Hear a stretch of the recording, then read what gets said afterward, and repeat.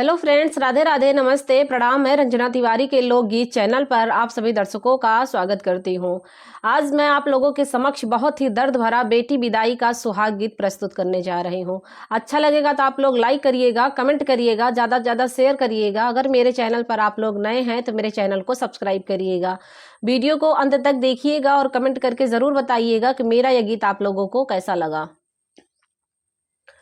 आजू मोरी बियाटी के हुआ थई बियाहवा रे, आजू मोरी बियाटी के हुआ थई बियाहवा रे, भोरावाई होई है बिदाई रे लालनवा, अरे भोरावाई होई है बिदाई रे लालनवा। जब डोलवाया वही दुअरवा के बिचवा रे, जब डोलवाया वही दुअरवा के बिचवा रे, रोमई मोरी बेटी हृदय फाटई रे लालनवा, अरे रोवई मोरी बेटी हृदय फाटई रे लालनवा।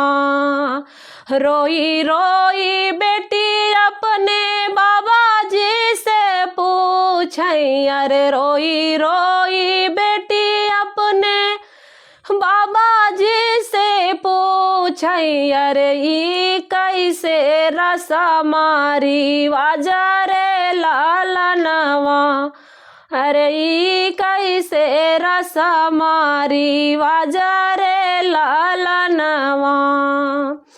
भैया तो रहे बाबा तोहरे ने घरवा रे, भैया तो रहे बाबा तोहरे ने घरवा रे, हमें काहे भेजा दूर देश रे लालनवा, अरे हमें काहे भेजा दूर देश रे लालनवा।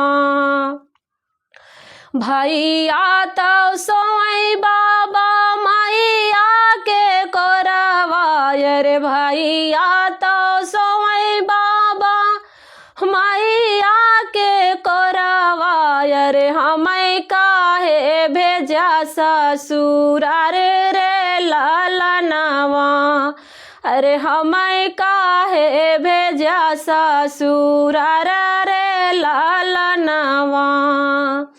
के नाही के जनी है मोरे बाबा भूखिया पियसिया रे, के जनी है मोरे बाबा भूखिया पियसिया रे, के जनी है दर्द हमारा रे लालनवा, अरे के जनी है दर्द हमारा रे लालनवा। किया से कहब बाबा जियारा कई हलिया रे, किया से कहब बाबा जियारा कई हलिया रे, मोरी दुनिया भाई आंधियारा रे लालनवा, अरे मोरी दुनिया भाई आंधियारा रे लालनवा। यतनी वचन जब सुनई मोरे बाबा रे, यतनी वचन जब सुनई मोरे बाबा रे, बेटी का लागे समझवई रे लालनवा, अरे बेटी का लागे समझवई रे लालनवा।